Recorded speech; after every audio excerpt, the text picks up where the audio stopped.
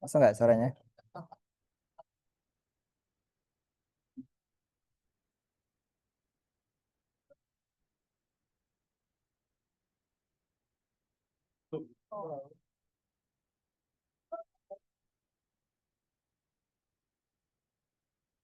Oke, thank you, siapa?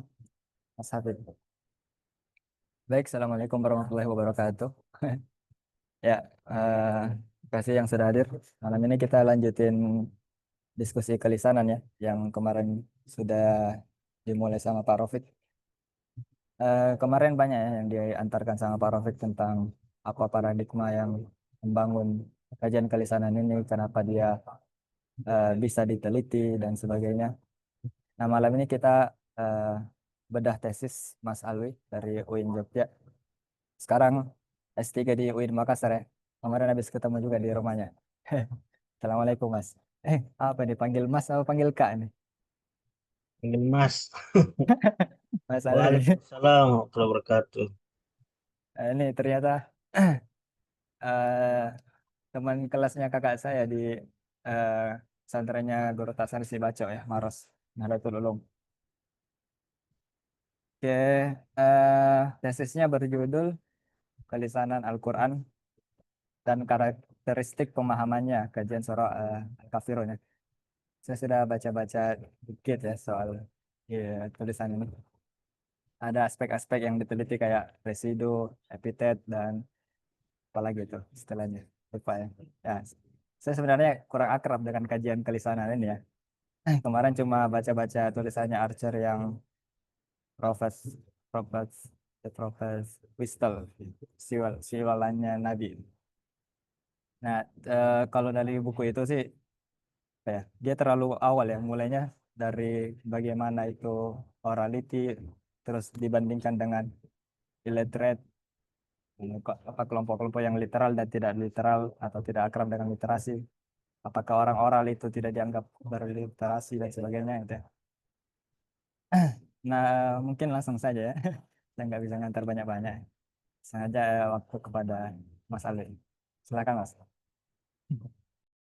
Oke, terima kasih Mas Fauzi. Ya Mas. Ya. Bismillahirrahmanirrahim. Assalamualaikum warahmatullahi wabarakatuh. Alhamdulillahi rabbil alamin. Allahumma salli wa sallim ala sayyidina Muhammad wa ala alihi wa ashabihi wa man tabi'ahum bi ihsanin ila yaumiddin.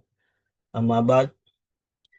Alhamdulillah, eh, sebelumnya saya berterima kasih kepada tim Elbernstall yang eh, ngejebak saya ya, berhasil menjebak saya, ya mengundang saya untuk berdiskusi bersama teman-teman tentang isu kelisanan Al-Quran. Nah, eh, saya tidak tahu asalnya kenapa saya yang diundang untuk mendiskusikan kelisanan Al-Quran, tetapi setelah berbincang dengan panitia Mbak Iva ya dan Mas Fauzi, ternyata sebelum saya ada Pak Rofik yang mengisi. Nah, jadi saya terima. Kenapa? Karena menurut saya kalau itu topik kelisanan Al-Quran itu langsung saya yang bahas secara otoritatif itu bukan saya sebetulnya. Eh, tapi karena ada Pak Rofik, nah saya iyakan dan syaratnya itu harus Pak Rofik dulu. Harus Pak Rafiq dulu sebagai pengantar ya sebagai pengantar otor ini mengenai kelisanan Al-Qur'an teoritisnya. Eh, dan seperti yang teman-teman tahu ya, kemarin Pak Rafiq sempat menunda diskusinya dan kemudian panitia menawarkan saya duluan atau tetap menunggu Pak Rafiq. Saya katakan ini saya nggak bisa men- mendahului Pak Rofik karena sebetulnya Pak Rofik ya di Pak Rofik intinya kalau saya itu cuman eh, tambahan aja. Nah, jadi kalau saya yang duluan dari Pak Rofik itu nanti malah apa membuat teman-teman akan bingung tentang kajian kelisanan Al-Quran. Jadi memang harus dari Pak Rofik dulu baru saya. Jadi nanti mungkin makanya nanti kajian saya itu hanya sebatas refleksi ya, melihat studi kasus tentang ini kelisanan Al-Quran. Nah, sebetulnya apa yang disampaikan oleh Pak Rofik kemarin itu sudah kompleks, sudah apa? Kalau kita betul-betul meninjau apa merefleksikan tentang isu kelisanan itu sudah selesai di situ. Nah, makanya nanti malam ini saya hanya akan sangat sangat sedikit yang akan saya singgung, yang akan mungkin teman-teman dapati. Nah, eh izin saya share screen. Saya sudah jadi ini ya. Oh, ya sudah. Saya, ya, Oke. Nah, dan saya sudah tampil ya. Sudah ya. Oke. Eh, Nah, karena request dari teman-teman panitia adalah beda tesis ya, maka saya mengambil secara literal judul tesis saya. Meskipun eh, dalam malam ini saya tidak akan seperti lagi ujian tesis. Jadi malam ini saya hanya akan mau bertugas sebagai demonstran, mempropagandakan, mengajak teman-teman itu melihat eh, pentingnya mengkaji isu kelisanan Al-Quran, topik kelisanan Al-Quran. Mudah-mudahan itu bisa membuat teman-teman itu tertarik tentang isu ini. Ada dua hal yang akan kita diskusikan. Pertama tentang eh, kelisanan Al-Quran yang bisa kita teliti, yang bisa kita amati dari struktur bahasa atau dari segi teks eh, dalam bentuk tulisannya. Ya, kita mau tunjukkan apakah Al-Quran yang sudah dalam bentuk tulisan hari ini itu bisa kita lacak kelisanannya. Yang kedua adalah eh, penting juga kita teliti dari segi pemahamannya. Bagaimana sih pemahaman kelisanan Al-Quran itu? Apa yang bagaimana eh, model atau pola pemahaman kelisanan Al-Quran? Nah, eh, tesis saya ini sebagai pengantar itu saya selesaikan itu tahun 2020. Jadi mungkin 20 dua lima tahun yang lalu. Jadi itu dibimbing langsung oleh Pak Rofik. Jadi memang saya banyak dipengaruhi oleh Pak Rofik dalam tulisan ini. Dan bahkan itu saya sangat mengingat di bab satu itu eh, saya ya lebih 10 kali bolak-balik revisi dengan Pak Rofik. Karena kenapa? Karena isu ini saya yang pertama meneliti tentang kelisanan Al-Quran. Jadi setelah atau di tengah-tengah ngaji Walter Jiong itu tentang kelisanan dan keaksaraan atau orality dan literasi itu eh, saya tertarik untuk jadikan itu sebagai topik tesis. Jadi saya memang tipikal orang yang kalau ada isu baru saya langsung ngambil itu asalkan ada dosen yang ahli di situ. Nah, Pak Rofik dalam hal ini ahli di situ, ahli dalam teori kelisanan. Nah, jadi saya langsung mengajukan diri untuk mengkaji isu ini dengan syarat Pak Rofik yang membimbing saya. Dan itu di ACC oleh beliau. Nah, ya dengan berbagai karena ini baru makanya banyak eh, eh, banyak kali bimbingan dengan beliau. Nah, Oke, persoalan paling dasar mengapa saya membahas tentang isu kelisanan itu, eh, mungkin saya dan mungkin teman-teman juga itu merasakan bahwa eh, selama ini kita menyaksikan kajian Quran itu didominasi oleh kajian-kajian yang melihat Al-Quran itu sebagai teks tulis. Jadi misalnya tentang sejarah Quran, yang paling umum sejarah Quran, kemudian kita memposisikan bagaimana Quran itu, kesejarahan Quran itu kita lihat berdasarkan dokumen-dokumen historis. Karena kita menganggap bahwa sumber historis yang bisa diandalkan adalah dokumen atau manuskrip atau arkeologi dan sebagainya. Uh, Isu tradisi lisan itu dilihat sebagai isu yang problematik sehingga cenderung dipinggirkan dalam dalam kajian Quran.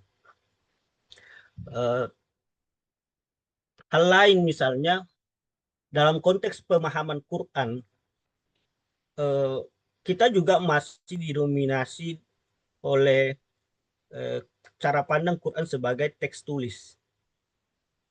Uh, Misalnya dulu kita akrab dengan kaidah, dengan teori al-ibratu bi umumil lafzi la bi khusus sabab, bahwa makna atau pemahaman atas Quran itu mengacu kepada eh, keumuman teks, makna teks.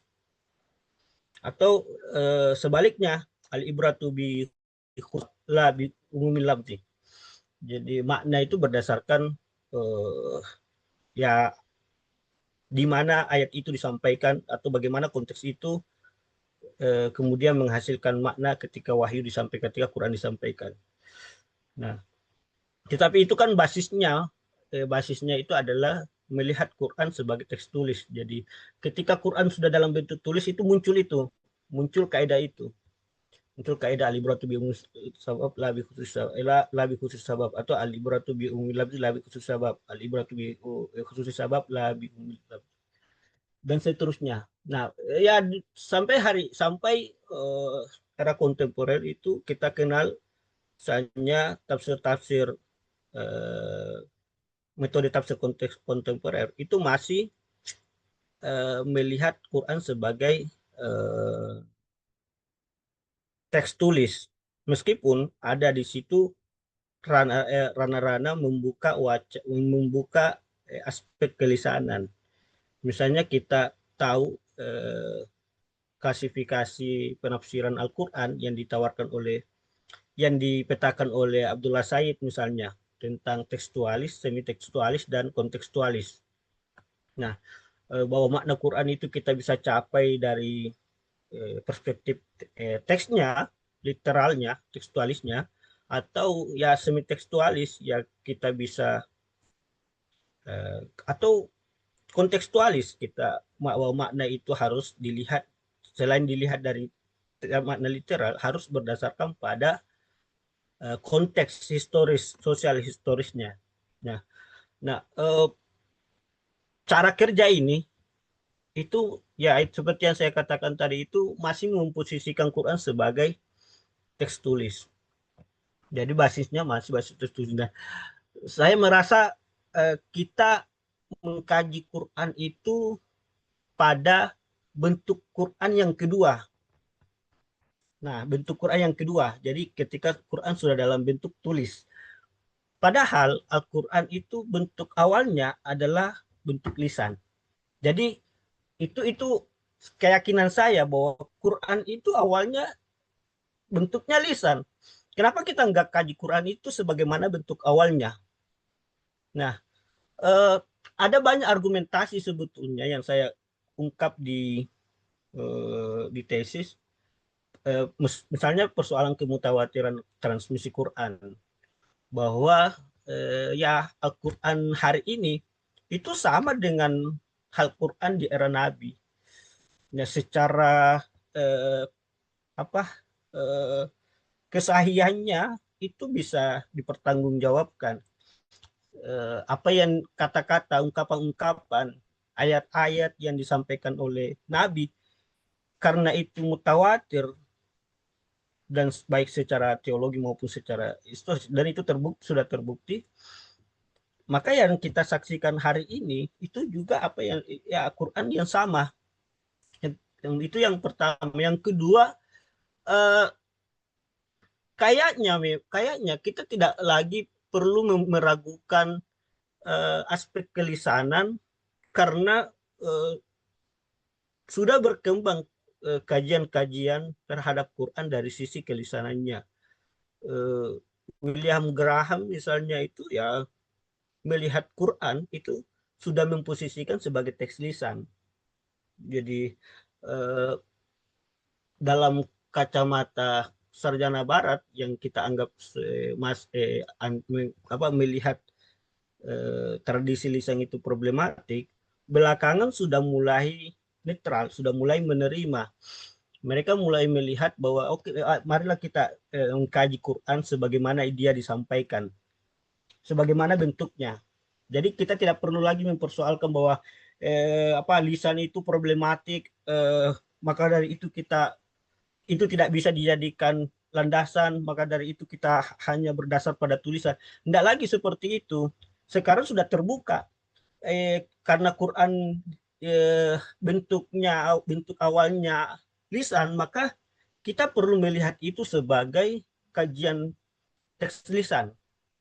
Nah, dalam konteks yang lebih umum, John Fansina itu dalam bukunya bahkan secara tegas itu membangun argumentasi kajiannya itu menunjukkan bahwa bagaimana tradisi lisan itu bisa dijadikan sebagai sumber historis.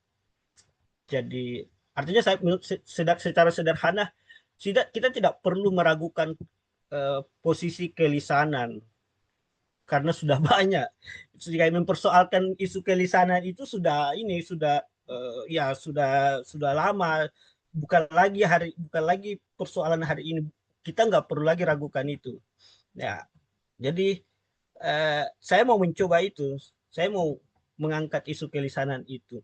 Jadi dengan dasar bahwa ya sudahlah apa yang dipersoalkan oleh kalangan sarjana tentang posisi kelisanan itu sebagai sumber historis, sebagai dengan segala problematiknya, itu kan persoalan masa lalu.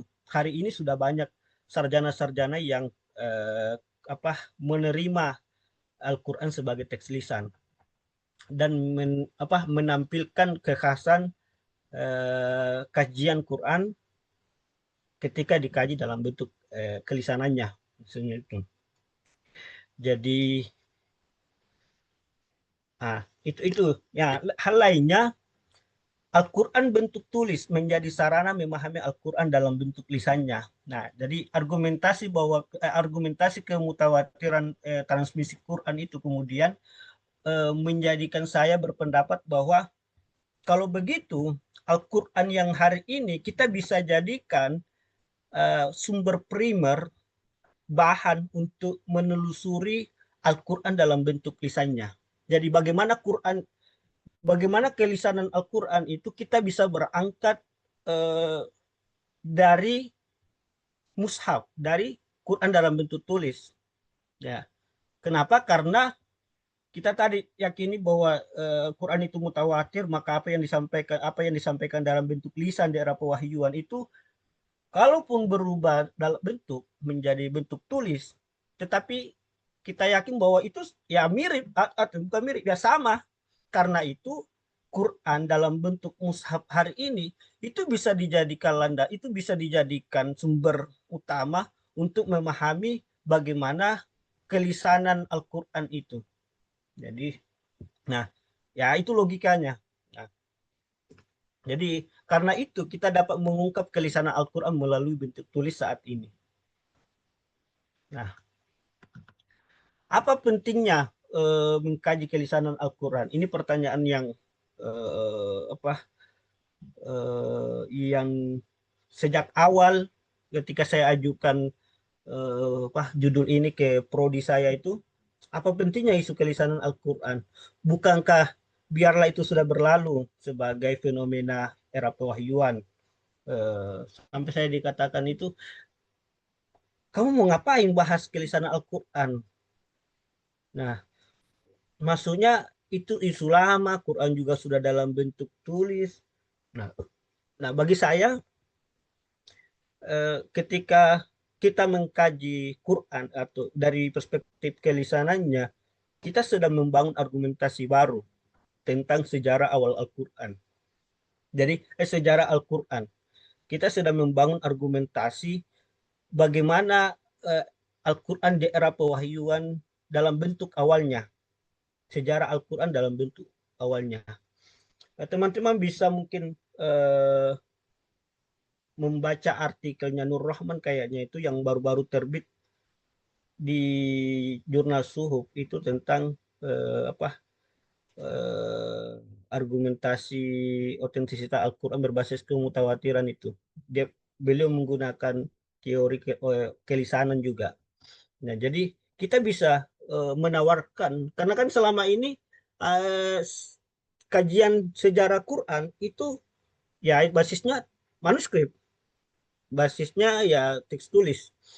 Nah, sementara sebagai teks lisan itu masih diabaikan. Nah, saya mau melihat itu bagaimana kelisanan berkontribusi membangun argumentasi tentang sejarah awal Al-Quran. Nah, kemarin kayaknya sudah disinggung oleh Pak Rofik ini. Kemudian yang kedua adalah kita mau juga menunjukkan karakteristik pemahaman Al-Quran era pewahyuan. Jadi kita perlu tahu, seperti yang saya katakan dari awal tadi, ketika Quran sudah dalam bentuk tulisan, itu eh, menghasilkan ragam makna, ragam pemahaman. Jadi ketika Quran dalam bentuk tulisan itu kan Quran menjadi teks mandiri, teks yang lepas dari konteks. Sehingga kita bebas mau memahaminya dengan mengikutkan konteks pewahyuannya ataupun tidak perlu. Nah, kita mau. Nah, dengan melakukan kajian kelisanan Al-Quran, bagaimana sih karakteristik pemahamannya? Apakah sama ketika Quran dalam bentuk tulis? Atau jangan-jangan berbeda, punya karakteristik sendiri. Nah, kita karena kelisanan itu adalah bentuk awalnya Quran, maka kita mau juga membiarkan Al-Quran menentukan bagaimana ia dipahami. Nah, karena dia bentuk awalnya, nah, jadi kita mau ya Quran itu berbicara bahwa saya ini dipahami seperti ini. Jadi tidak semau pembaca, tapi ada apa koridor yang di, diperhatikan sebagaimana nantinya kita akan lihat komponen-komponen kelisanan Al-Quran. Nah, yang terakhir adalah kita mau menunjukkan cara kita mengungkap makna atau pemahaman Al-Quran di era sekarang, di era kontemporer. Jadi setelah kita menyampaikan, mengetahui pemahaman Quran di era pewahyuan, kita juga mau cara istilahnya itu cara menyampaikan Quran hari ini dengan berbasis pada kelisanan kelisanan Al-Quran. Jadi ya bahasa bahasa lainnya itu ya bahasa yang kita akrab mungkin kontekstualisasinya, tapi berperspektif kelisanan. Tuh. Oke. Nah, di tesis saya itu saya ambil kasus surah Al-Kafirun. Jadi nanti diperhatikan bagaimana kelisanan Al-Qur'annya. Nah, saya dulu.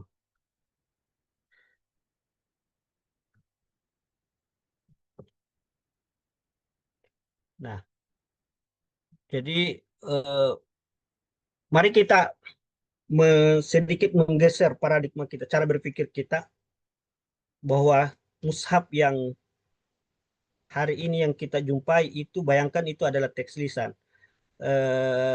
Surah Al-Kafirun itu di layar teman-teman itu bayangkan bahwa itu disampaikan secara lisan. Nah, eh, mari kita lacak kelisanannya berdasarkan residu. Residu itu eh, ya orang bilangnya sisa ya, atau mungkin apa, jejak ya, dan ya semacamnya ya, apa yang bisa kita rujuk di situ. Nah, eh, paling dasar adalah ungkapan kul. Ya, saya kira ini umum. Ungkapan kul itu adalah ya itu tanda kelisanan. Nah, eh, ya ini umum. Jadi di dalam tradisi tafsir juga menampilkan itu bahwa kul itu ya bahwa menunjukkan bahwa disampaikan secara lisan, itu perintah dari Tuhan, disampaikan secara lisan dengan suara yang lantang dan seterusnya. Nah, itu tanda kelisanan. Nah, yang kedua adalah muncul rima di akhir ayat. Jadi kayak perhatikan di surah Al-Kafirun itu apa, kuliahul kafirun la budu mata budun, itu eh, unnya itu panjang. Nah, kemudian wala antum abidu nama abudu pendek, wala ana abidu ma abattum rimanya pendek, wala antum abidu nama abudu rimanya pendek, lakum dinukum waliyadin kemudian panjang lagi, jadi tiga pendek tiga panjang. Jadi, nah, dalam tradisi lisan, rima panjang itu sebagai apa, karakteristik kelisanan dia, apa istilahnya itu, formulaic. Ya, kemarin itu kayaknya sudah apa dijelaskan oleh Pak Rofik ya, sebagai ingatan apa, pengingat. Jadi, bentuk formulir yang berfungsi sebagai alat bantu mnemonik. Mnemonik itu alat bantu untuk mengingat perkataan kita. Jadi kalau biasa dicontohkan itu, mnemonik itu ketika ada sesuatu, misalnya ketika ada buku yang diberikan kepada dosen favorit kita, setiap kali kita membaca buku itu, yang teringat adalah apa, dosen kita. Nah, ingatan kita itu itulah yang disebut mnemonik. Buku itu itulah yang disebut mnemonik. Dia membantu kita mengingat tentang dosen kita.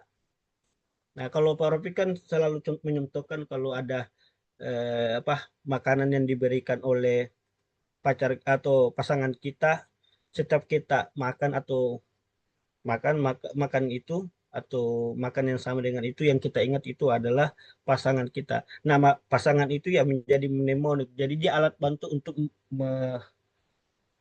mendeliver ya ingatan kita, untuk membawa ingatan kita ke targetnya. Nah, kemudian residu lainnya adalah penggunaan epitet atau penyifatan ya, yang kita bisa dapati ya ayyuhal kafirun, al kafirun. Jadi dalam irab Quran itu, dalam kitab-kitab tafsir, di antaranya ada yang menyebutkan bahwa kafirun itu ya kata sifat, makanya diterjemahkan wahai orang-orang yang beriman. Jadi itu nah, itu evidence dari karakteristik kelisanan itu eh, banyak mengungkap penyifatan sifat. Fungsinya itu supaya apa yang disifatkan diberi, siapa yang diberi sifat itu, penyifatan itu eh, apa, diingat, mudah diingat. Jadi dia sebagai ya tadi, penanda. Nah, jadi penggunaan epitek itu merupakan bentuk formula dalam Quran surah Al-Kafirun yang berfungsi menjaga keutuhan ungkapan. Ya, ya fungsinya untuk ini apa, mengingat siapa yang dimaksud itu. Jadi penyifatan itu untuk apa istilahnya itu, mendukung ya, menjaga keutuhan ungkapan. Nah, residu lainnya adalah penggunaan waw atap. Ya, yang banyak kita jumpai ya, wala antum abiduna ma abudu wala ana abidu ma abatu wala antum abidun. Jadi wanya di sini kalau dalam perspektif kelisanan itu eh, sebagai aditif. Jadi dia berfungsi, dia diucapkan eh, sebagai bentuk kenyamanan, apa eh, sesuai kenyamanan penuturnya. Jadi kan biasa kita dengar ya seperti yang yang saya juga sampaikan itu, ketika oh dan ini cerita-cerita dan ini dan ini. Nah, itu dan itu ya dia berdasarkan kenyamanan penulis, kenyamanan penutur saja.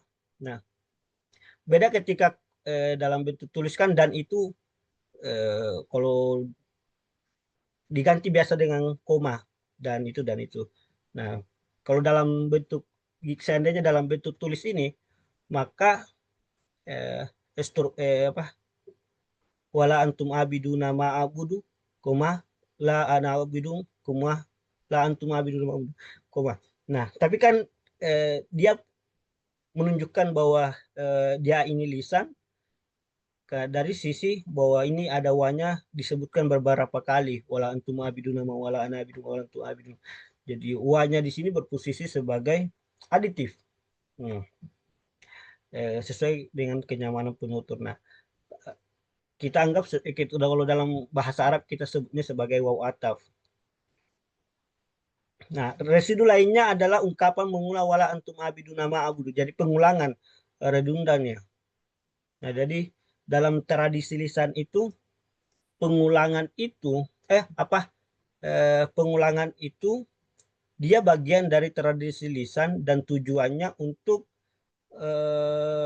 menegaskan apa yang disampaikan atau memperkuat apa yang telah disampaikan sekaligus menjaga ungkapan apa yang telah disampaikan. Jadi itu eh, la kuliah ayyuhal kafirun la abudu ma ta'budun wala antum abidun wala antum abidun. Jadi di itu. Nah, sama dengan fabi ayyi ala rabbikum tukadziban. Eh, makanya di dalam tradisi tafsir kan ada juga yang memaknai kayak fabi ayyi ala rabbikum tukadziban atau la antum abidun ma abudu itu ya maknanya sama.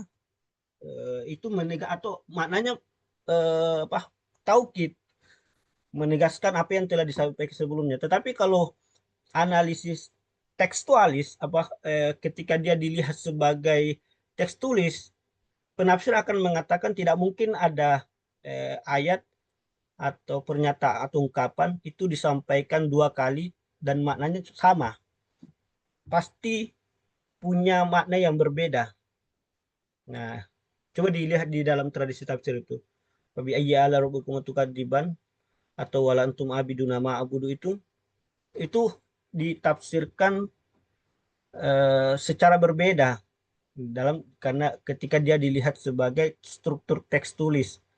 Nah, tapi dalam konteks dalam perspektif kelisanan dia sebetulnya sebagai upaya untuk menjaga ungkapan sekaligus sebagai menegaskan eh, pernyataan apa yang telah disampaikan sebelumnya.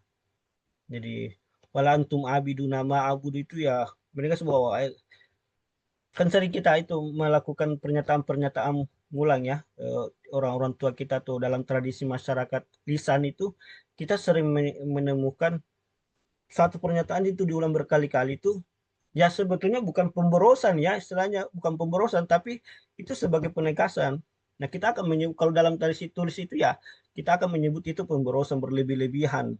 Eh, Padahal bukan ya posisinya bukan di situ karena ini konteksnya kelisanan maka dia perlu dilihat sebagai penjaga ingatan.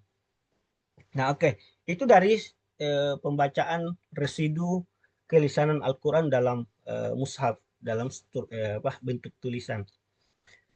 Nah sekarang mari kita lihat pemahaman kelisanan Al-Quran. Jadi kalau dari segi teori kan seperti yang disampaikan oleh Pak Rafiq kemarin eh, ya saya kira ini umum ya bahasa ketika komunikasi ketika bicara dalam bentuk lisan maka ada penutur ada lawan tutur ada teks tuturan.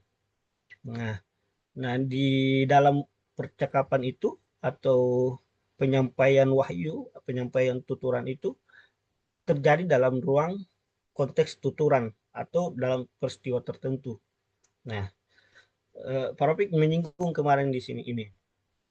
Nah, dalam surah Al-Kafirun, konteksnya itu, konteks tuturannya itu di Mekah, ketika semakin banyak yang meninggalkan berhala lalu masuk Islam, yang melahirkan, yang kemudian menghasilkan konflik keagamaan, politik, ekonomi, dan strata sosial.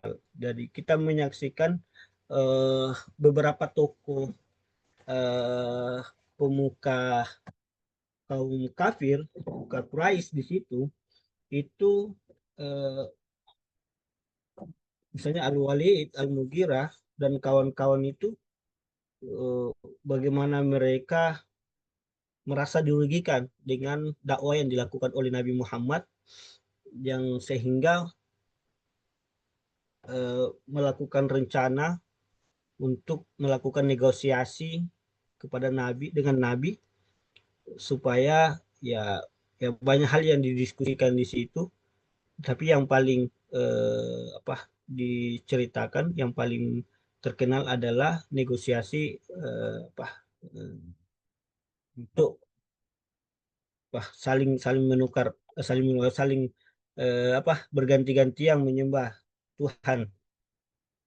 Nah, maka turun Quran ini.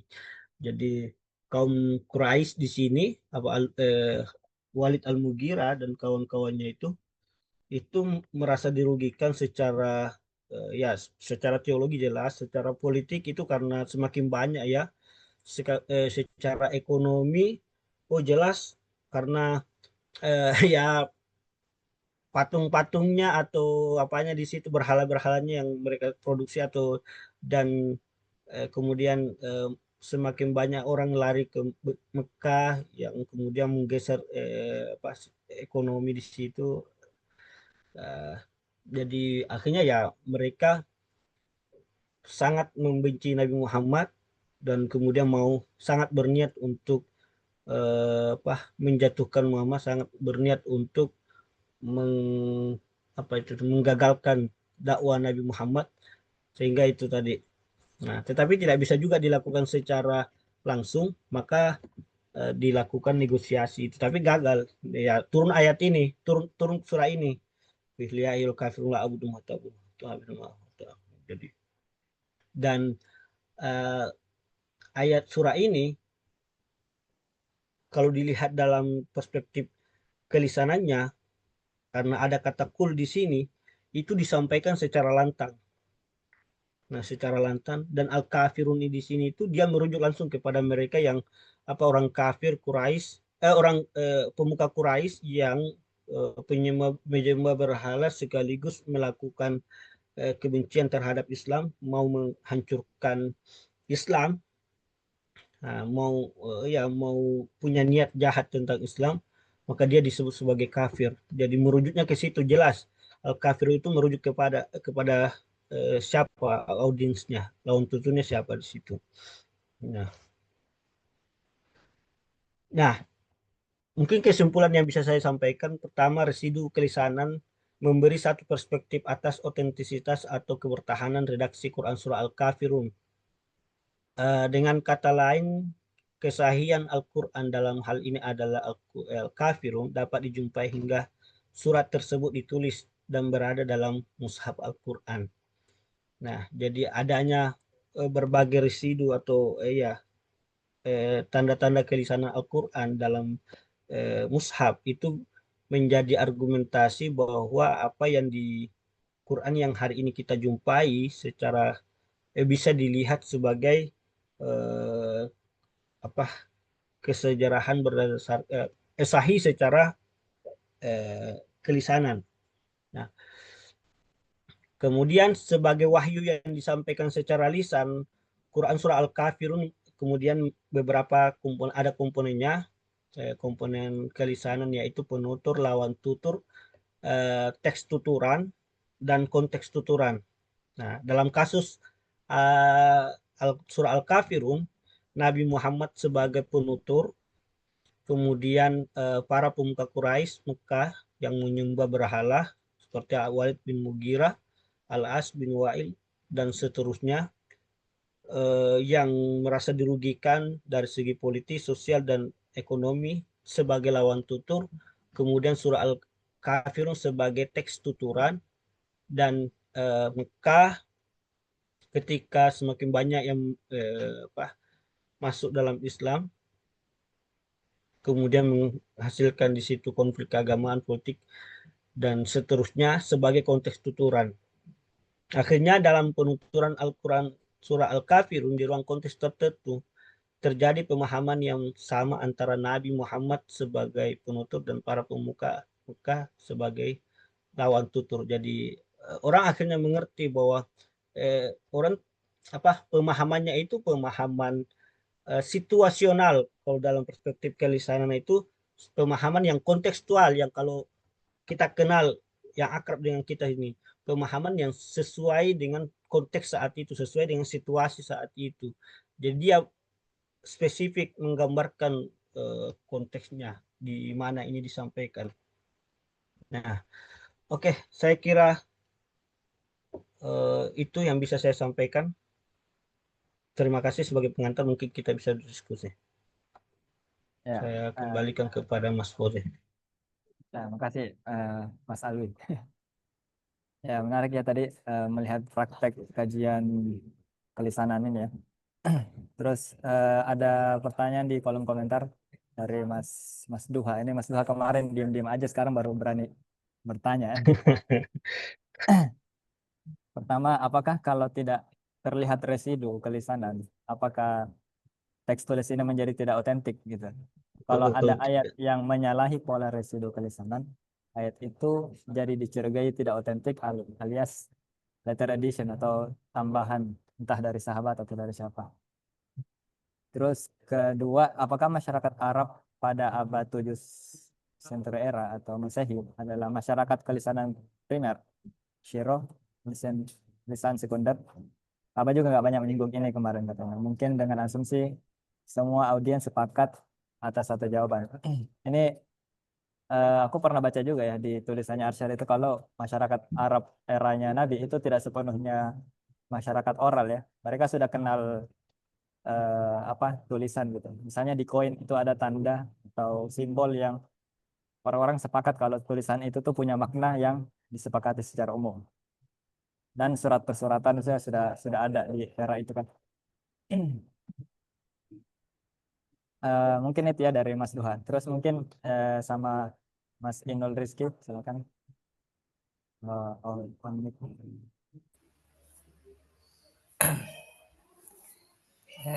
Bismillahirrahmanirrahim. Terkait tadi Mas, tradisi lisan atau kelisanan sebagai sumber historis ya. Saya agak kaget ya. Kalau saya dengar-dengar ya dari diskusi-diskusinya Pak Munim Sirri di buku-buku beliau itu seperti kemunculan Islam di kesarjanaan revisionis.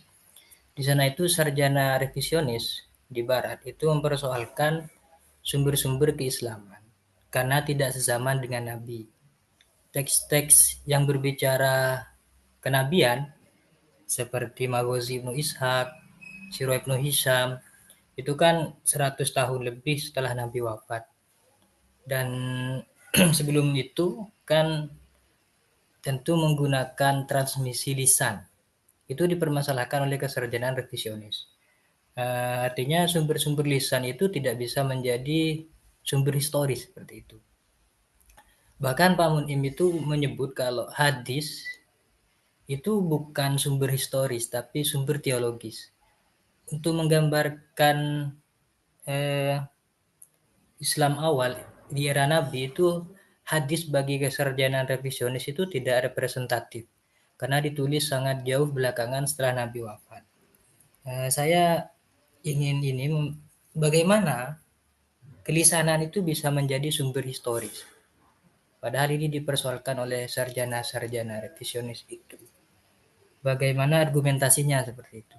Dan kalau kita lihat lagi ke belakang ya, kesadaran akan lemahnya tradisi lisan itu sepertinya sudah ada di zamannya Abu Bakar dan Umar. Kan mereka salah satu motif yang sangat terkenal sekali ya ditulisnya Al-Quran itu kan karena banyak penghafal Al-Quran yang wafat. Dikhawatirkan hilang maka Al-Quran itu ditulis menjadi satu mushaf ya. Jadi ini mengindikasikan kalau tradisi lisan itu belum kuat gitu untuk menjaga Al-Quran. Mungkin seperti itu Mas. Terima kasih. Ya, Mas Alwi mau langsung dijawab apa kita kumpulin lagi satu? Satu lagi boleh.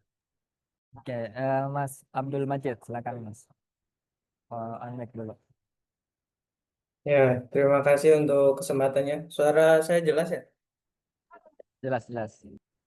Ya, ada ada dua pertanyaan. Dua, dua nggak ya? Dua. Iya, dua kayaknya. Atau satu, satu deh. Pertama soal ini. Tadi saya menarik banget di bagian entar latar belakang atau yang setelahnya soal bahwa tujuannya itu membiarkan Al-Quran berbicara sendiri, dia mau dipahami bagaimana. Wah, itu gimana ya? Paradigmanya gimana gitu, membiarkan Al-Quran berbicara sendiri. Sedangkan metode yang dibuat ini saja sudah berdasarkan pola pikir manusia. Sejak awal metodenya, persepsinya, kita sama-sama tahu bahwa paradigma dan persepsi penulis, mufasir itu nggak pernah bisa dilepaskan. Pertama itu satu, gimana membiarkan Al-Quran berbicara sendiri ketika bahkan dalam menyusun tesis pun metodenya kita yang bikin. Itu misalnya.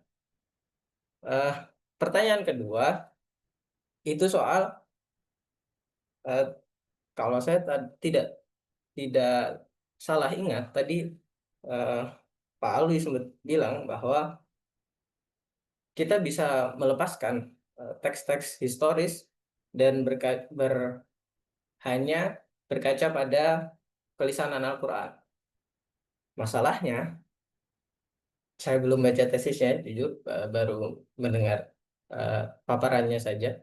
Ketika dijelaskan tadi, yang dilakukan justru sebaliknya, sepertinya. Berawal dari konteksnya, asbabun nuzulnya, lalu membacanya kemudian menunjukkan bahwa asbabun nuzulnya benar, bahwa ini kisah soal Nabi Muhammad dan suku Quraisy, bagaimana percakapan mereka, dan percakapan itu di capture, ditangkap dalam ayat-ayat Al-Quran dengan pengulangannya, dengan panjang pendeknya, dengan kesamaan ritmenya. Jadi sesuatu yang diniatkan untuk setidaknya tidak perlu lagi menggunakan teks historis itu justru secara paradoks menggunakan teks historis untuk membacanya. Itu. Walaupun sebenarnya saya sepakat sekali bahwa kelisanan Al-Quran itu amat sangat perlu digali eh, jauh gitu karena misalnya saja ngomongin soal ketika Quran ngomongin Tuhannya Yahudi, mereka tidak pernah secara jelas bilang siapa Tuhan Yahudi, hanya biasanya disebutkan sebagai ilah karena kita tahu tradisi Yahudi mereka tidak pernah mengucapkan nama Tuhan mereka, misalnya kan begitu. Tapi untuk konteks yang ini itu paradoks sekali ketika niatnya menggunakan historisnya murni dari kelisanan Al-Quran, justru kelisanannya dibuktikan melalui teks historis. Mungkin itu. Terima kasih.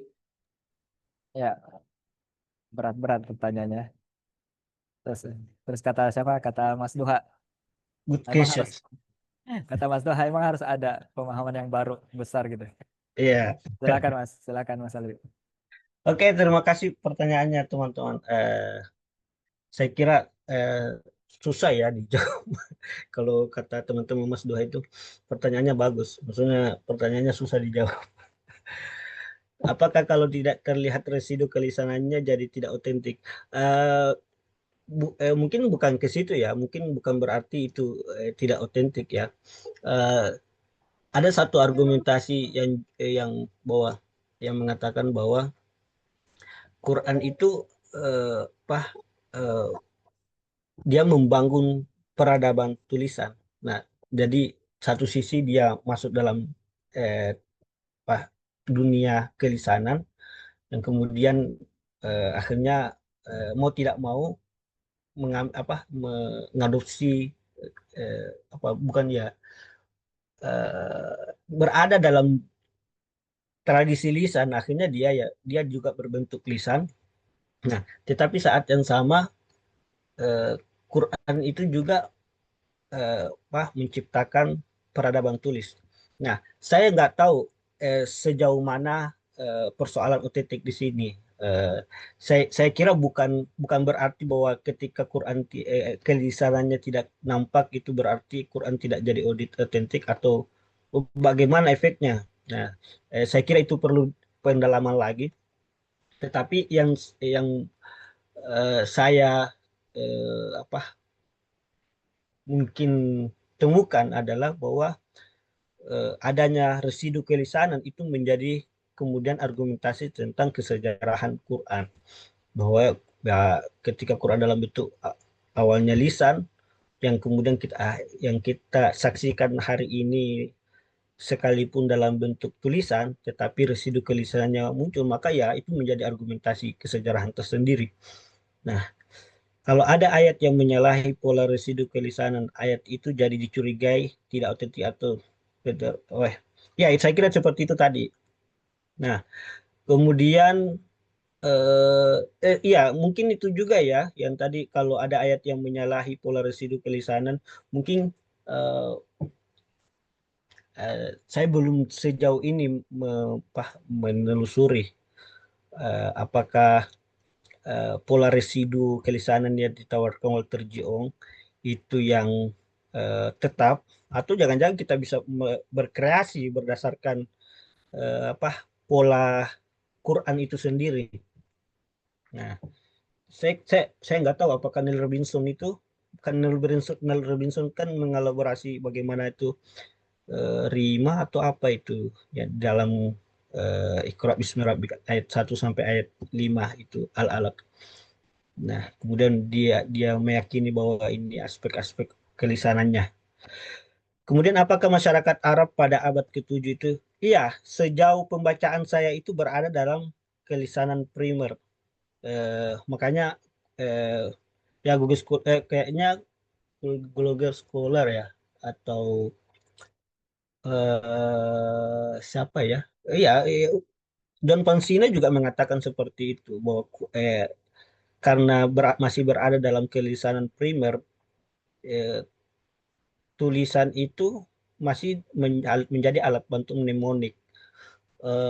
Dia masih tidak dibutuhkan terlalu signifikan. Dia apa pengaruh tulisan itu tidak ini dia. Orang bisa apa mendapat pengetahuan itu dari eh, dari sisi kelisanan saja sudah cukup. Nah, makanya dulu itu ilmu itu semakin sama semakin ilmu. Iya, ilmu kan basisnya ya di situ tadi, basisnya pada sanad. Nah, eh, jadi tulisan itu masih menjadi alat mnemonik, alat bantu mnemonik. Mereka masih ada dalam tradisi lisan primer. Eh, Kemudian yang ditanyakan Mas Inul tadi apa ya? Mas Duha ini sebetulnya ini karena senior kita ini sebetulnya dia dia yang apa kami butuh ini ya mungkin penjelasan lebih jauh. Iya, bisa on mic dulu Mas. Iya Silakan. bisa ini bisa Siap. menyampaikan. Karena beliau yang ini memandu kita di dalam pengajian apa kelisanan Al-Quran sama Pak Rafiq. Mas Inul tadi apa ya tentang ini ya tentang Pak Munim Siri ya tentang Ya, data historis. sejarah lisan sebagai sumber historis yang kita anggap sebagai problematik. Iya, saya mengikuti diskusinya Pak Munim Siri. Eh, dan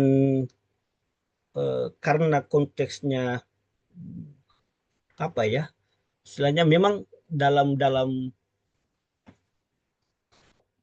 dalam banyak hal tradisi lisan itu masih dianggap problematik. Jadi mereka para sarjana kan basisnya sejarah basisnya kepada dokumen, karena dianggap itu yang bisa apa, yang bisa sampai.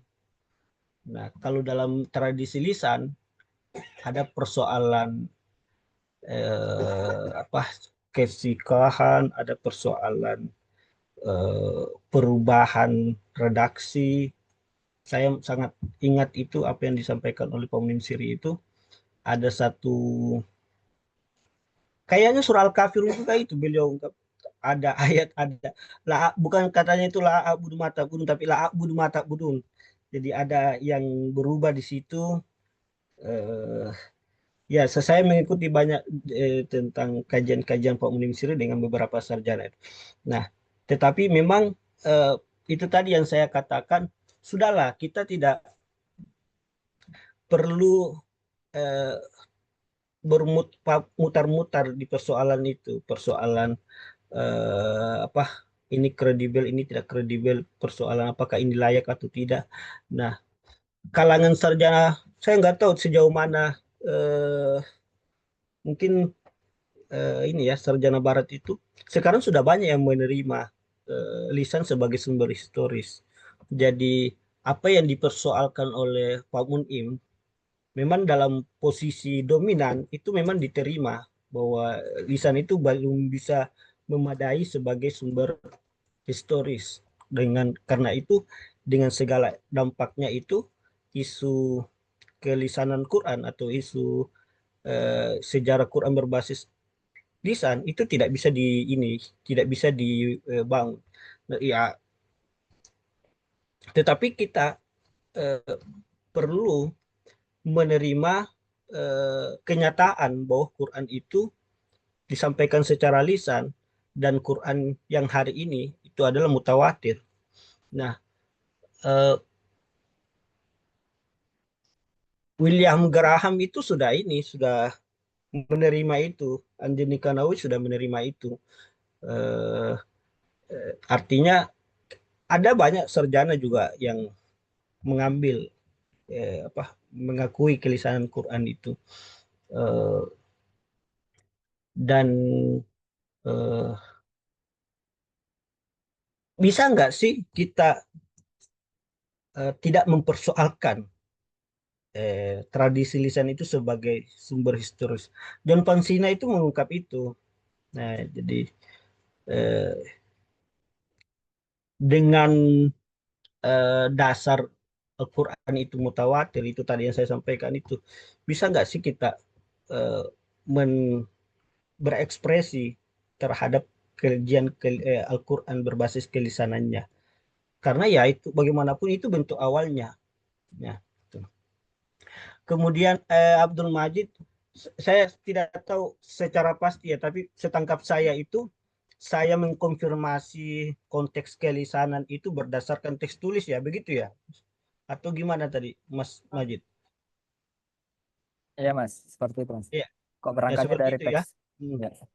iya, jadi eh, ya kan tadi memang paradigma saya itu berangkat dari bahwa apa yang sampai di hari ini, termasuk eh, riwayat hadis, itu kan berangkatnya dari tradisi lisan yang kemudian dikanonisasi, kodifikasi, ditulis. Nah, jadi direkam dalam bentuk tulisan. Jadi dia tetap menginformasikan apa ketika pertama kali disampaikan wahyu itu.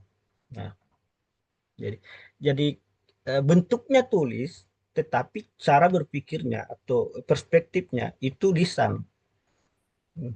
Jadi memang kita agak eh, apa istilahnya itu, kesulitan mungkin memilah ya, Karena, ini kan sudah dalam bentuk tulis. Bagaimana caranya membangun bagaimana caranya dia dilihat sebagai teks lisan itu. Dan itu tantangan tantangan berat. Saya ya karena itu kayak menggeser cara berpikir itu dari perspektif tulis ke perspektif lisan itu, ya revisi berkali-kali. Dan sampai selesai itu Pak Rafiq bilang belum maksimal. Nah, tesisnya belum maksimal, masih dipengaruhi oleh cara berpikir tulisan. Dan kata Ong, memang Walter J. Ong, kita perlu mati untuk kita kita perlu mati dulu untuk hidup kembali dalam tradisi lisan. Nah, itu jadi eh, nah artinya gini, berbagai sumber informasi yang menggambarkan tadi konteks tuturan itu, saya tidak mempersoalkan. Saya sebetulnya tidak terlalu eh, jauh meneliti bahwa apakah sumber ini, asbabun nuzul ini adalah produk, sudah dalam bentuk tulis, ada produk penafsiran atas Quran, nah, atau sebetulnya dia memang menggambarkan konteks pewahyuan. Nah, itu kan ada yang mengatakan seperti itu ya, bahwa asbabun nuzul itu ya tafsir yang muncul belakangan di era tulisan, di era khazanah tafsir berkembang. Nah, Asyuti melakukan itu ya. Saya kira tesisnya Zain Qadapi bicara seperti itu yang dilakukan oleh siapa itu. Nah, tapi ada yang mengatakan ya sekalipun itu tafsir, kalau misalnya menggambarkan konteks sosial historis, bisa kita pakai untuk melihat itu proses pewahyuan. Oke, Abdal lagi. Ya, menarik ya. Eh, Mana Mas Duha, ada respon Mas?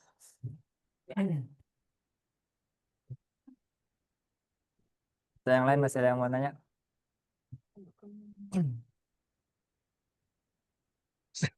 Kalau kenapa Mas?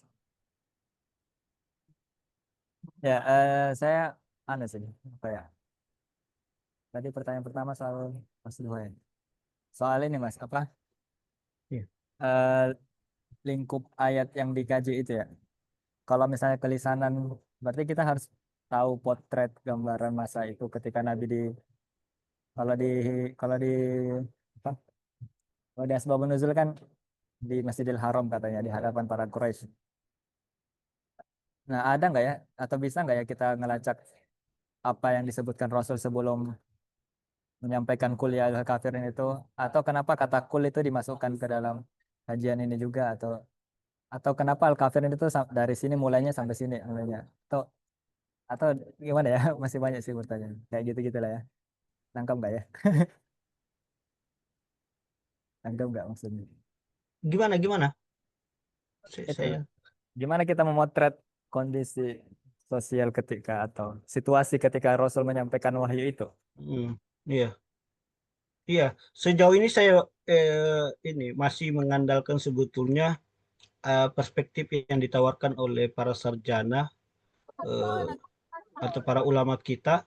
Kalau misalnya ada asbabun nuzulnya, bisa kita gunakan asbabun nuzul ayat itu. Ya kebetulan Al-Kafirun itu ada asbabun nuzulnya. Eh, Kalau misalnya secara mikronya atau secara spesifiknya kita bisa sudah menemukan apa konteks tuturannya itu, ya saya kira sudah cukup.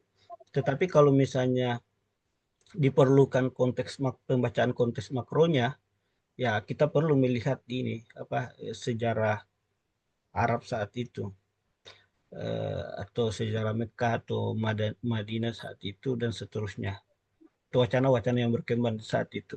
Jadi, tapi kalau tidak ada konteks spesifik atau asbabun nuzul, saya nggak tahu apakah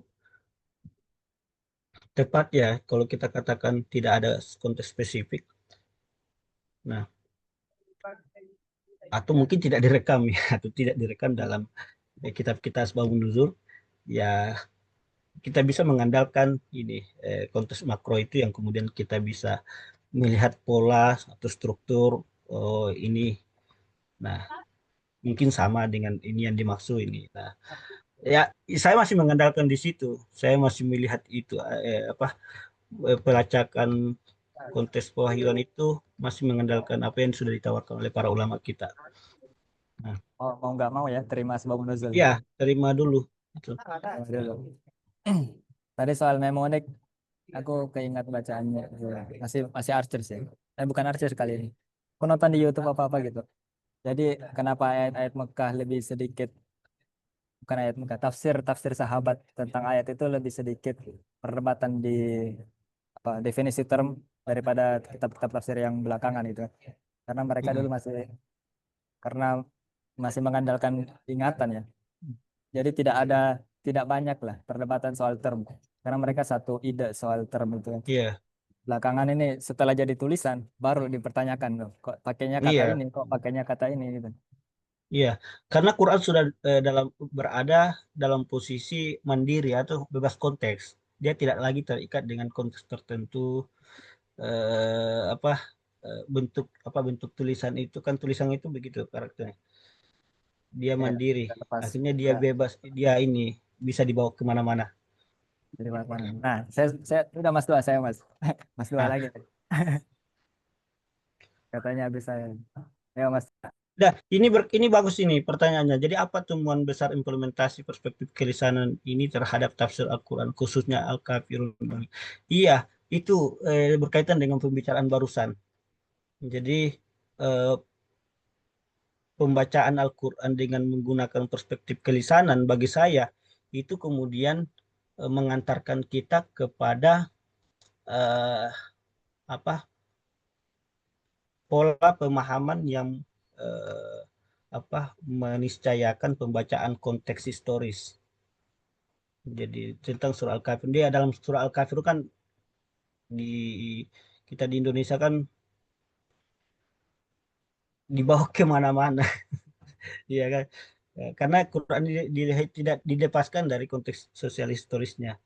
Nah, kalau kita baca Quran dari perspektif kelisanan, itu kemudian membawa kita pada ya mau tidak mau bagaimana ketika dia disampaikan secara lisan di era pewahyuan. Itu juga tadi yang disampaikan oleh Mas Inul kayaknya ya. Apa apa tadi katanya? Jadi eh, apa? Kok lupa ya barusan? Oh, jadi ya itu, Data historis. iya konteks historis itu. Nah, kita eh, kalau saya kemarin berusaha untuk menawarkan bahwa kita memang terkotak-kotakkan, pemahaman Quran kita terkotak-kotakkan karena Quran itu sendiri atau bentuk Quran itu sendiri.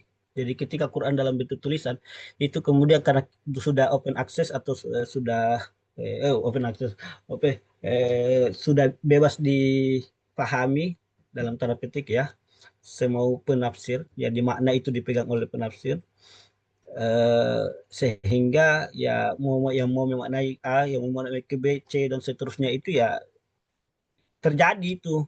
Nah, jadi dia tidak dikontrol. Nah, kalau menurut saya kalau kita pahami secara lisan itu kita bisa meminimalisir kotak-kotak itu.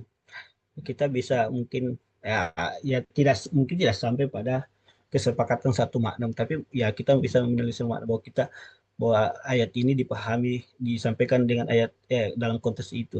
Nah, itu oh ya tadi yang Mas Inul itu tentang bagaimana Quran atau Mas siapa tadi? Bagaimana Quran itu dipahami, bagaimana Quran bicara dengan dirinya sendiri dulu atau bagaimana kita membiarkan Al-Quran berbicara. Nah, itu.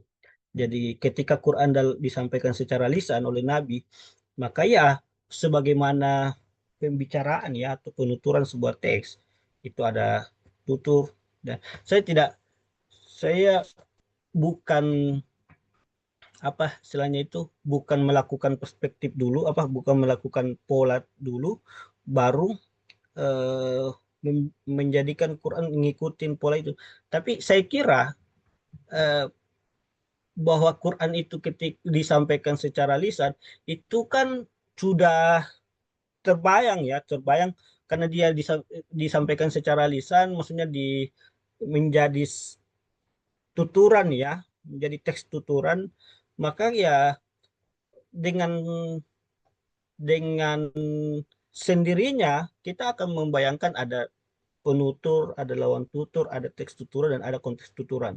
Ya, itu pola yang ini komponen yang niscaya terjadi. Bukan saya membuat itu kemudian memaksakan Quran itu harus ini ada tutur. Nah, saya kira itu ini. Oke, Ya, baik. Apa tadi Mas Duha tadi mau on mic tadi? ya monggo. Makasih Fauzi, Alwi. Em, aku boleh jujur nggak ya sebenarnya?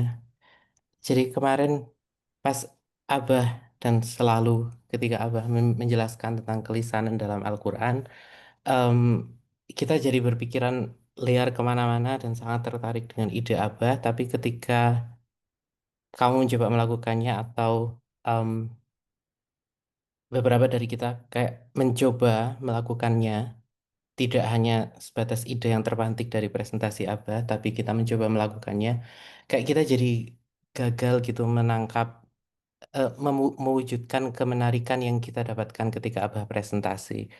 Em, dan salah satunya kayaknya ya eh, karena kita belum belum matang di kelisanannya itu. Dan kita juga belum belum baca banyak tentang bagaimana kelisanan itu digunakan sehingga apa yang kita bisa ungkap dari kelisanan itu belum maksimal seperti kata Abah itu. Sehingga pertanyaan Mas siapa tadi yang di chat tentang apa kebaruan kelisanan dalam studi Al-Quran, itu ya jadinya kalau dari penjelasan kamu itu mengulang apa yang ada di tafsir, apa yang ada di kajian sastra terhadap Quran gitu, yang tidak perlu pakai kelisanan untuk dapat itu, untuk dapat konteks historisnya, untuk dapat kesan bahwa pengulangan itu menunjukkan ketegasan, itu kita nggak perlu perspektif kelisanan, kita cuma perlu perspektif sastra mungkin untuk pakai itu, sehingga em, kok jadi nggak baru nih. Eh, Kalau kita pakai kelisanan kok jadi nggak ada yang baru ya. Itu kayaknya bisa kita perdalam lagi, perkuat lagi kalau kita baca penggunaan kelisanan dalam dalam kajian-kajian yang seharusnya. Em, aku punya beberapa catatan juga sih tentang, terutama tentang hubungan kelisanan dan otentisitas. Pertanyaanku tadi sebenarnya, eh, aku menyampaikan konsekuensi dari statementmu di tesis. Jadi kamu mengatakan bahwa karena ada residu kelisanan nih, maka eh, ada argumentasi tambahan untuk membuktikan bahwa Al-Quran itu otentik. Konsekuensinya, kalau tidak ada residu, berarti bisa jadi keautentikannya berkurang. Konsekuensinya seperti itu. Sehingga kamu menghubungkan eh, kelisanan dan otentisitas. Semakin terasa lisannya, semakin otentik itu. Nah, itu adalah jumping yang menurutku cukup jauh ya. Dan itu yang ditanyakan oleh Mas em, Inul mungkin, yang tentang Pak Munim itu. Eh, dan itu memang memang ke lompatan yang dirasakan oleh kita yang hidup di budaya tulis. Kayak bagaimana bisa? Terus kalau kita tahu itu kelisanan, eh, harusnya ada layer-layer lagi untuk membuktikan bahwa itu otentik. Sehingga kayaknya kita masih punya PR di situ ya. Kalau memang kamu mau mengarahkan, kalau kamu tidak mau mengarahkan kelisanan ke otentisitas, ya berarti tidak jadi ada PR. Tapi kalau kamu mau mengarahkan ke otentisitas, berarti ya ada PR di sana karena itu ada lompatannya. Dan seperti yang kamu bilang, orang-orang yang hidup dengan budaya tulis ini harus disadarkan perspektif lisannya sehingga lompatan itu tidak apa ya, tidak terasa lagi gitu. Orang bisa mengikuti. Em, dan walaupun sebenarnya sekarang pertanyaan-pertanyaan itu yang disampaikan oleh Mas Inul tentang orang Barat, pertanyaan-pertanyaan orang Barat itu sekarang sudah mulai dipandang sebagai pertanyaan yang kolonial, sehingga sekarang kita sedang mendekolnya, dan mendekolnya dengan apa ya? dengan menghadirkan kayak cara berpikirnya orang lisan dulu. Jadi kita tidak menjudge berdasarkan pola pemikiran kita sekarang gitu. Em, sehingga eh, apa ya, kayak Pak Munim mengulang si orang Barat dan dalam to some extent Pak Munim mengikutinya, kita mendekolnya, dekolonisasinya belum selesai, eh, dan itu masih berkembang terus sehingga ini masih memang memang belum selesai sih. Jadi eh, PR kita adalah terus menggulirkan ini sambil tetap menjaga diri tetap ada di koridornya kelisanannya, dan untuk tahu apakah kita ada di koridor atau enggak ya kita baca lagi kelisanan yang lebih itu, karena jujur li orang-orang anak-anak IAT bacanya ong itu pun belum selesai, terus eh, kita pakai kelisanan kayak wow, itu itu adalah keberanian yang cukup besar ya. Eh, ong, tok, plus beberapa yang lain. Kemudian eh, kemudian langsung langsung praktek itu kayaknya cukup berani. Kita harusnya kita lebih lebih membekali diri dengan analisis yang em, lebih tajam lagi. Kemudian tentang lisan primer itu em, sekarang sedang di challenge ya, seperti yang dibilang Fauzi itu Ahmad Al-Jalad yang sering kita share tulisan-tulisannya di grup Stalkroom ya nggak sih namanya Stalkroom itu em, menarik-narik tulisannya dan membuktikan bahwa kayaknya kalau kita menganggap itu kelisanan primer ya nggak juga deh ya, kayaknya mereka tuh punya em, apa ya, ke mereka juga kebergantungan tertentu pada tulisan. Dan itu semakin banyak ditemukan, semakin ke sini semakin banyak ditemukan itu di Jordan ada, di beberapa tempat yang lain juga ada. Jadi kemudian di fakta bahwa di Mekah Medina ada banyak ahlul kitab itu juga menunjukkan bahwa tulisan sudah cukup penting di masyarakat. Jadi nggak primer-primer amat kelisanannya, sehingga kalau kita mau masuk ke alam pikir mereka, itu juga harus hati-hati, tidak langsung ke kelisanan primer. Apalagi kalau kita juga udah mulai lupa apa yang dibilang Ong tentang kelisanan primer. Orang-orang kelisanan primer itu gimana sih? Kemudian kita lupa dan kita menganggap orang Arab ya oke, kelisanan primer. Em, apalagi tentang penggunaan asbabun nuzul ya. Em, dengan menggunakan asbabun nuzul yang transmisinya ke kita itu tulisan, maka sebenarnya kita di saat yang sama tidak menggunakan perspektif kelisanan, walaupun kita pakai hadis, tapi kita melihat asbabun nuzul yang kita baca gitu. Jadi em, dalam hal itu kita nggak pakai perspektif kelisanan, em, sehingga kayak kurang utuh gitu menurutku. em, Kalau pakai katanya Mas siapa tadi itu ya ada paradoks lagi di sini bahwa kamu berusaha memahami Al-Quran pakai lisan, eh, pakai pakai perspektif kelisanan, kamu lihat konteksnya, tapi dalam memahami konteks itu kamu pakai perspektif tulisan, tidak lisan. Jadi itu lagi-lagi tidak komprehensif dan em, memang ya untuk memahami, apalagi untuk mengaplikasikan apa yang Abah sampaikan, kita tuh perlu menjadi Abah dan menjadi Abah yang tidak menjabat sebagai ketua prodi S3, sehingga kita punya waktu untuk membaca dan kita punya waktu untuk mengumpulkan data, kita punya waktu untuk mikir tentang data itu, karena kalau kita jadi muridnya Abah, pertama ilmunya nggak sampai, kedua kita masih harus melakukan tugas-tugas yang lain, em, yang walaupun kita tidak lebih sibuk dari Abah, tapi pada kenyataannya waktu kita lebih tidak cukup untuk memikirkan ini daripada waktu yang Abah luangkan untuk memikirkan ini. Jadi ya, em, PR kita adalah tetap membuat ketertarikan yang kita dapatkan dari presentasi Abah itu ada, kemudian mewujudkannya dengan benar-benar eh, menarik gitu. gitu sih. Tapi aku juga masih masih struggling sih untuk pakai itu. Ternyata ini last sentence ya, atau mungkin sentences. Em, ternyata apa yang disampaikan Abah itu adalah eh, usaha untuk mengubah paradigma kita, dan karena kita sedang diubah paradigmanya sehingga kita masih eh, teruntunan nih, kita masih masih apa ya, ya struggling untuk bisa berjalan di atas paradigma yang baru ini. Dan ketika kita jangankan jangankan Al-Quran yang sebenarnya bukan tradisi kita ya, harusnya tuh Islam itu memang agama Arab deh.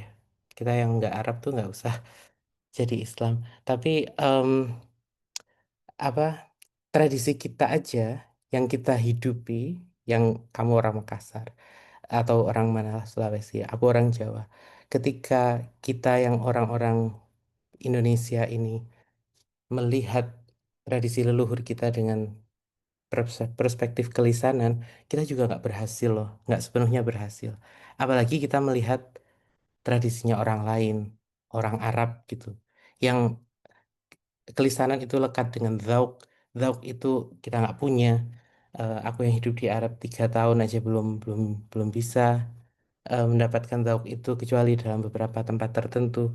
Sehingga ya memang se-struggling itu gitu.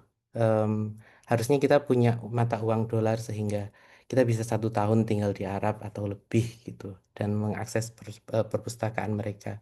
Jadi em, sentence terakhir ini untuk Pak Prabowo atau Menteri Pendidikan kita. Terima kasih. Ya, menarik ya Oke, responnya. terima kasih banyak Mas Duha ya. Ya, Wah, ya, kita banyak banyak PR ya. Sudah banyak PR. kotanya nggak nyampe kayak ini Pak Profik, waktunya juga sok sibuk ya orang-orang itu. Nah, Mas Ya, siapa Mas Inul atau Mas Majid ada respon? Kalau enggak kita ada pertanyaan nanti kolom. Oke, kita lanjut. Oh ya, silakan. Hanya ini Bang tentang itu. Memang kalau seperti Ahmad Snober di dalam Minan Nabi al Bukhari itu dari disinggung oleh Pak Rafiq kan mempersoalkan pandangan-pandangan Barat itu kan. Karena mengharuskan ada teks tertulis sebagai bukti historis gitu. Itu tidak gimana ya, memaksa standar sekarang kepada orang-orang Arab pada zaman itu. Itu kalau menurut Snober gak gimana ya bahasanya. Intinya agak inilah, Enggak gak connect ada. gitu. Ya. nggak fair. Karena memaksa standar sekarang kepada standar yang ada di Iya, masanya Nabi gitu. Mungkin hanya itu. iya. Saya perlu mungkin menegaskan apa kata Mas Duha. Saya nggak tahu apakah itu menegaskan. Jadi dengan segala mungkin karena awal ya, ya itu bukan berarti jangan meninggalkan isu kelisanan ini. Bukan berarti dengan segala kekurangan kita ini kemudian kita mundur atau bahkan melepaskan isu ini. Nah, malah itu jadi PR kita. Dan saya kira 1+1 itu 2, bukan 1 lagi. Jadi ya, jadi semakin banyak kajian-kajian tentang kelisanan Quran itu kan semakin bisa dievaluasi secara baik untuk kemudian nanti akhirnya nampak kelisanan Quran itu seperti ini. Nah, sama dengan kajian Living Quran itu dulu eh, akhirnya yang menemukan ini polanya. Saya kira seperti itu ya namanya ini ilmu pengetahuan. Selalu berkembang ya. Semakin sering diteliti, semakin kelihatan celahnya, semakin bisa diisi. Oke, oke. Ini lanjut sama nyambung sama penjelasan barusan. Perbedaan kelisanan Al-Quran dan Living Quran lisani atau tafsir syafahi atau Quran syafahi atau bagaimana istilahnya. Terus yang kedua, jika Munim Siri dalam disertasinya di Chicago University mencoba untuk menganalisis Al-Kafirun dan sampai pada kesimpulan bahwa surah tersebut mengalami tahrif karena terdapat indikasi penambahan alif, maka dengan menggunakan analisis kelisanan perspektif Ong justru berkesimpulan bahwa surah tersebut identik dalam sisi kelisanannya. Nah, itu bukan pertanyaannya. Nah, ini saya keingat juga sih, si siapa namanya, Pak Munzir Munzir Yunus ya, pernah jadi Reels di Brainstorm. Itu bukan, kalau menurut dia ya, dia tambahan, tapi walaupun ada alifnya di situ, dia bukan berarti la nafi ya. La-nya sama dengan la yang ada di al-balad. La uqasimu bihadzal balad itu la-nya nggak diartikan. Jadi tetap. Terus yang dari aha ini siapanya?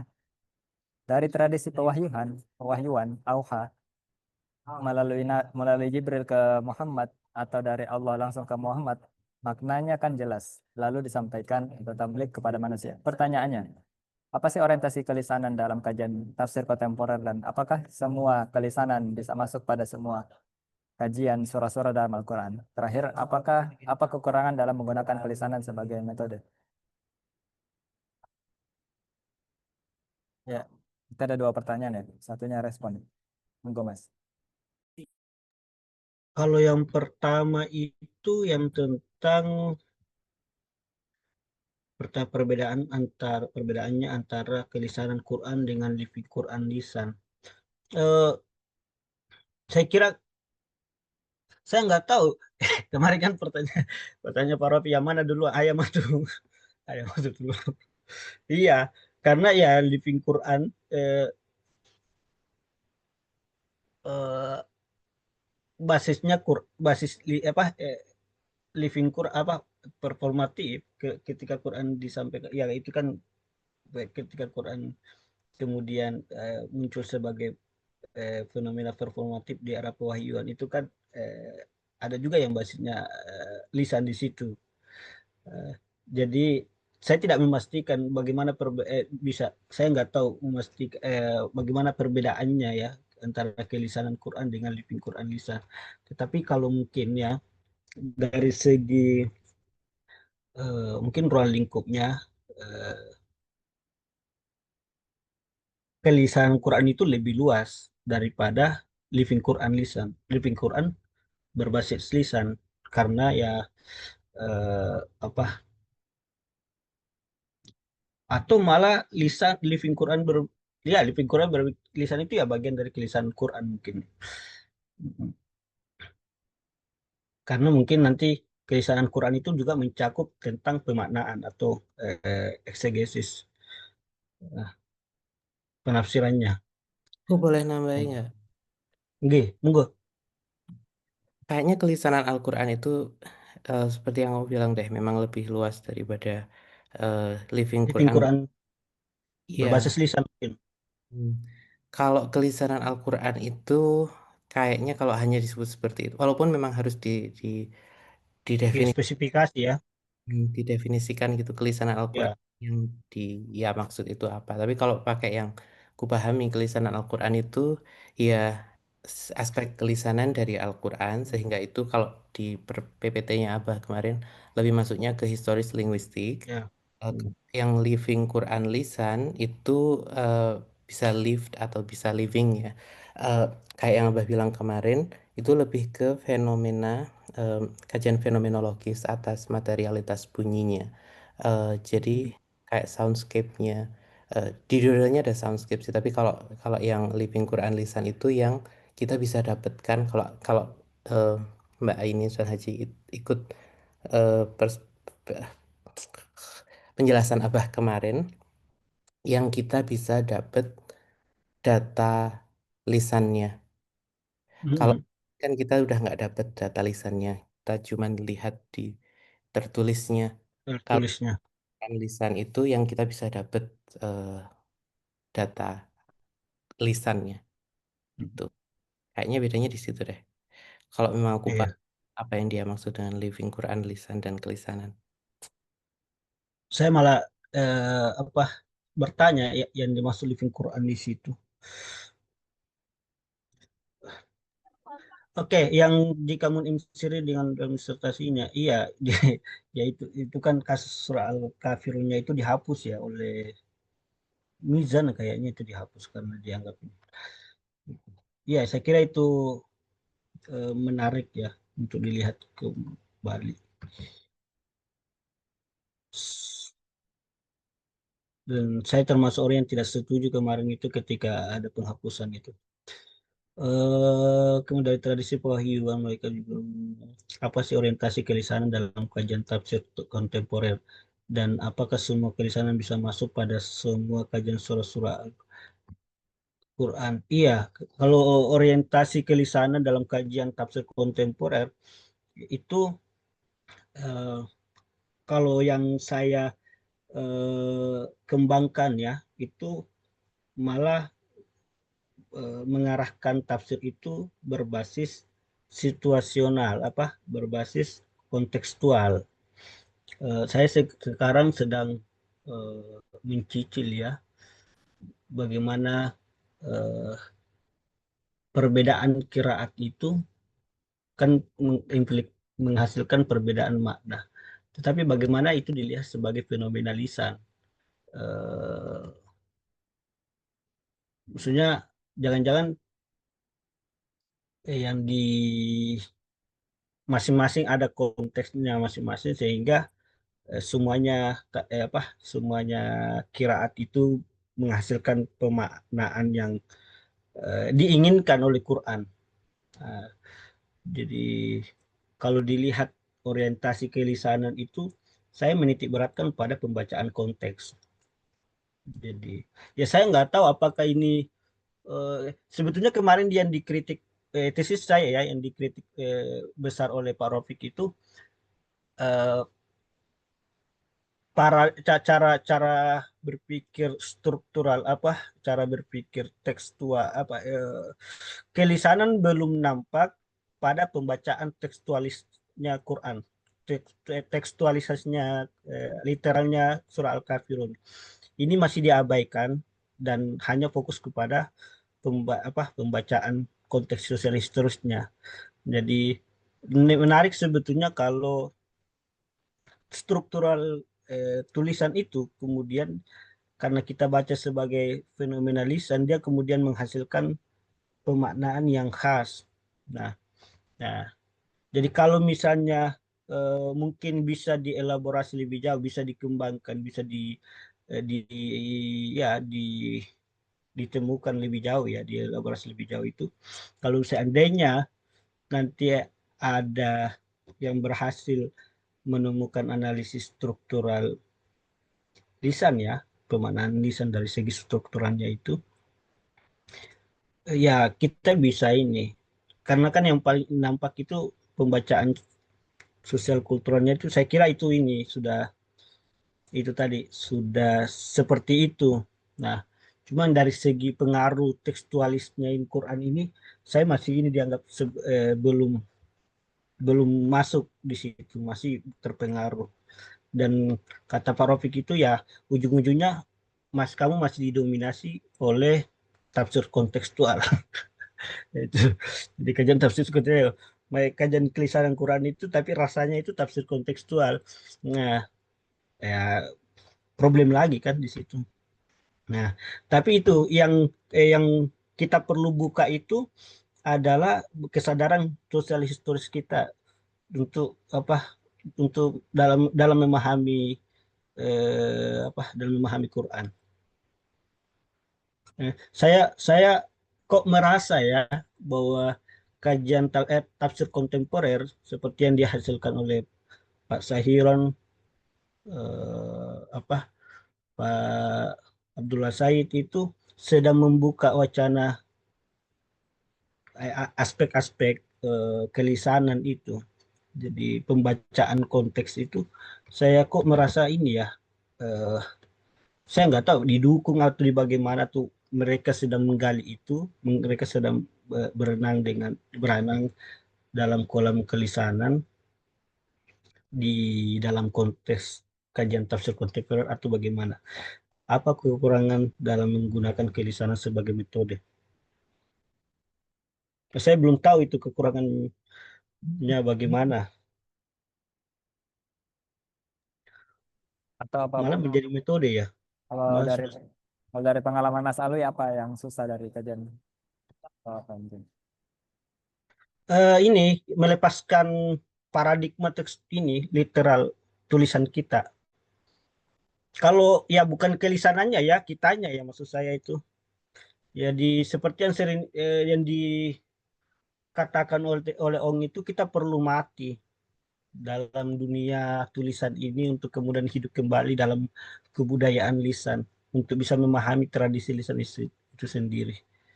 Eh, saya sangat sepakat apa yang dikatakan tadi Mas Duha itu, bahwa apa cara berpikir orang modern hari ini itu yang menjas atau yang menjas orang dulu itu, saya kira sebuah kekeliruan. Yang karena itu, tapi kalau kita mau kembali ke masa lalu juga itu sangat sudah ya, zauknya itu sangat-sangat susah. Jangankan ke Arab, saya dari Makassar ke Jogja, pulang dari Jogja kembali ke Makassar itu sekarang sudah susah lagi menemukan zauknya bahasa saya sendiri. Jadi ada bahasa-bahasa yang dalam itu yang akhirnya kita tidak temukan. Mas Fauzi apalagi yang itu. Ya, teman-teman kalau mau jump in on mic langsung silakan ya. Hmm. Langsung komen. Ya ini Mas Dua ngasih saran apa buka circle kecil untuk kajian kelisanan itu katanya. Ya siap sih kalau ada Mas Dua mah. Kembali ke maka apa bentuk kenastraan baru.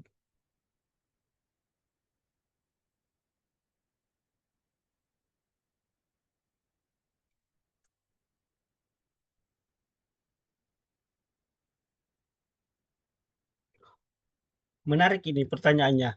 Jika sumbernya kembali ke teks dan kitab Asbab, maka apa bentuk penafsiran baru dari adanya perspektif kelisahan tersebut? Apalagi di konteks penafsiran historis yang bisa digunakan di sini. Iya, udah bicara, udah baca literatur kelisahan. Kayak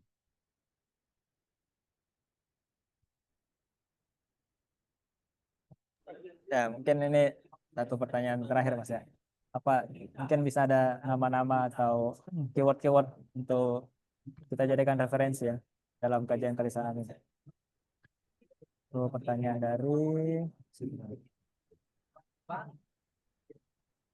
Mas Agus. Tokoh-tokoh yang bisa dijadikan referensi, pijakan argumen. yang mana? Mas Agus Wedi. Saran Bapak Ngapunten, mau tanya, dalam kajian kelisahan Al-Quran siapa kira-kira yang bisa kita cari tokohnya untuk kalau dijalankan. Iya, Karim Kawaz. Kalau penerapan teorinya Walter Jeong juga, Muhammad Karim Al-Khawas juga lebih dulu sih, dan kayaknya lebih maksimal untuk menerapkan teori itu. Tapi kalau saya mau sarankan itu, nonton kajian-kajiannya Pak Ahmad Rafiq di YouTube. Kayaknya ada ya di YouTube-nya LSKH itu, atau Facebook ya, kayaknya Facebooknya LSKH itu ada. Nah, itu.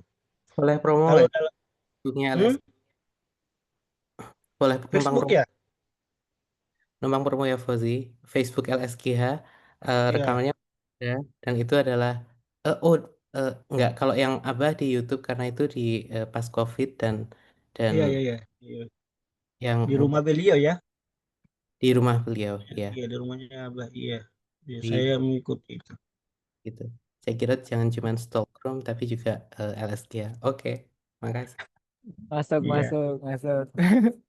Kan sebetulnya ini forum kelisanan itu miliknya LSKH. Iya. Cuman karena LSKH mungkin eh, karena Mas Duha ke Israel kata para pikir, makanya ngajar LSKH Iya, ditunda. ditagih tuh Mas Tuha, ditagih. Nggak apa-apa. Oh, ada Mas Taza, Mas Taza. Go. LSKH lagi sibuk dengan kajian lain, Mas. Masya Allah. Itu gini akibatnya kalau ganti pimpinan. Se- Beda aku beda program. Wah, ah, ini udah internal ini.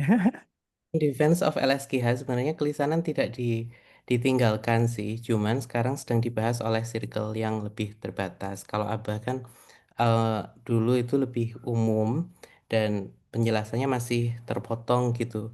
Eh, Iya. Sehingga kalau Alwi bisa punya privilege untuk dibimbing Abah. Kalau yang tidak dibimbing Abah bisa jadi menjadi bola liar, kemudian menjadi Iya, kan. Kami tidak ingin eh, mengulang kesalahan yang sama sehingga diselesaikan dulu nih di internal LSGH.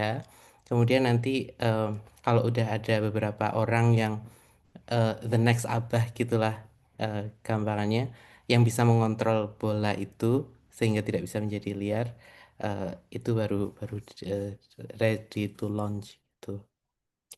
Jadi iya, kelompok kecil itu kayaknya bisa membantu LSG untuk segera segera membuka itu untuk publik deh gitu. Siap, siap. Tunggu. tapi saran paling efektif dari saya itu ya suruh Abah nulis, Mas. Berubah jadi orang lisan jadi tulisan nanti. Satu hal yang saya catat tulisan tidak mempersoalkan itu ya. Mas, begitu. Saya kira sudah ya, Mas. Ya, nggak ada lagi ya pertanyaannya. Aku Iya. nunggu Mas Taza sih sebenarnya. Kemarin waktu ketemu Mas Alwi, Mas Taza di-mention berkali-kali. Iya. Di mana? Waktu kita ketemu tuh, nyebut-nyebut Mas Oh Taza iya. kan. Gak Iya. apa-apa Mas, on mic aja Mas. Kok nggak jadi. Beliau Mas Taza salah satu rekomendasi saya untuk teman-teman PTIK. Iya, Mas Doha ya. Yang bisa kita ada ya, ini pion Jogja juga di situ. Bisa jadi Mas. Nanti kita diskusikan via WA saja sepertinya. Iya. Aku juga butuh WA deh. Aku belum tahu seberapa bagusnya sih Taza ini. Jadi Iya. Beliau ini penggabungan dari Pak Rafiq dengan ini Pak Saif. Ya, Oke, konsep sama metode tulisnya bagus berarti ya. Ya. iya. Nah, Elperan juga masih nunggu seberapa bagusnya Mas Duha sebenarnya. Cuma diundang berkali-kali nggak mau nih. Alhamdulillah jadi host nanti ya, insya Allah ya. Hostnya Insya Mas Allah. Pak Emran. Pak Imran ya? Pak Emran. Iya. Ya, sekalian promo ya, bukan promo sih, iklan. Bukan iklan apa ya? Ya, announcement lah. Nanti minggu depan sama Pak Ahmad Fuadi yang penulis Lima Menara, Negeri Lima Menara. Terus minggu depannya lagi Abdullah Said. Minggu depannya, bukan minggu depannya, tanggal 20-an Agustus sama Pak Emran. Mungkin itu aja ya teman-teman. Terima kasih ya yang sudah standby dalam mengikuti kasih masukan dan pertanyaan. Terima kasih Mas Duha. Terima kasih Mas Nazar, Mas apa lagi, Rinol dan Mas Majid. Mungkin itu aja ya teman-teman. Terima kasih sekali lagi. Terima kasih Mas Alwi. Kita cukupkan ya malam ini. Assalamualaikum warahmatullahi wabarakatuh. Waalaikumsalam warahmatullahi wabarakatuh. Betul.